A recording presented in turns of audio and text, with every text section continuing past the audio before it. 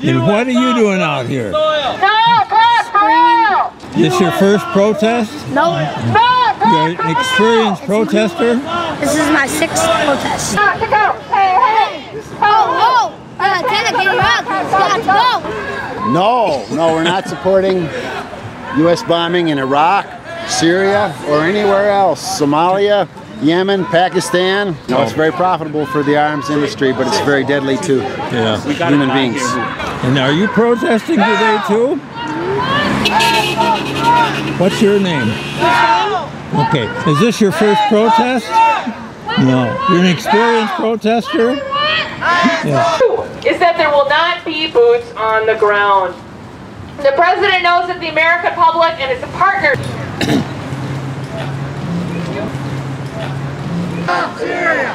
Money for jobs, not for war. The bombing continues and the killing of innocent civilians continues.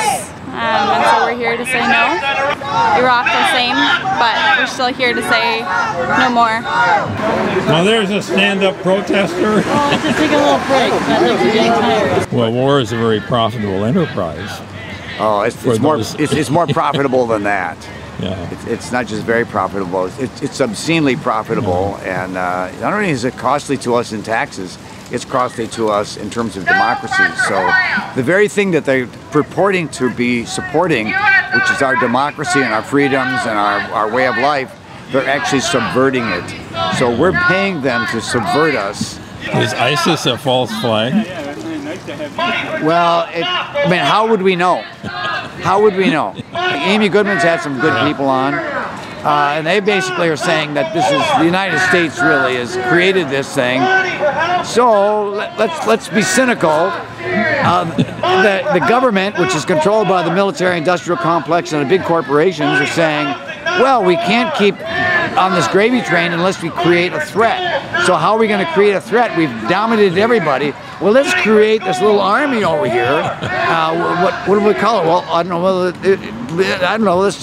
The Iraq Syrian army. Oh, that's good. ISIS. That's good. You know. Oh, I am so tired of war. I'm so tired of endless wars, of killing, of people, innocent people. I think the American people are tired. I think they're very tired of it. And there's all this posturing and all this, oh, Obama just, makes me sick right now with his warmongering. I mean, the United States is fighting something right now of its own creation, because we largely created IS years ago to join the rebels in Syria to overthrow Bashar al-Assad.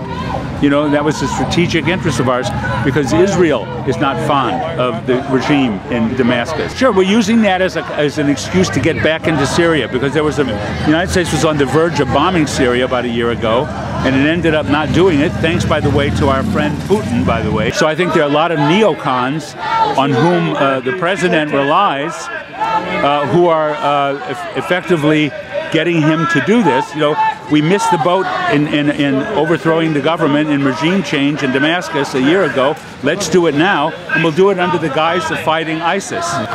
Oh yeah, right now, I think the military-industrial complex is just rubbing their hands at this. This is a beautiful opportunity, because the American people were growing war-weary for a while.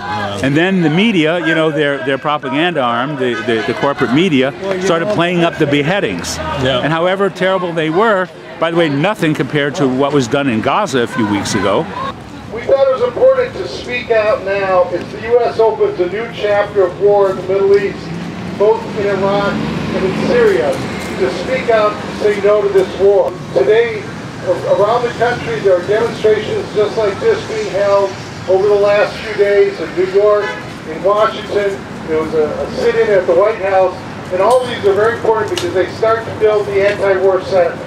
No, we have a billboard across the street that says that we have a hunger epidemic in this country, that we have children who do not have the food that they need in order to develop properly, but we are spending $7 to $10 million a day bombing people, killing children on the other side of the world. This is ridiculous.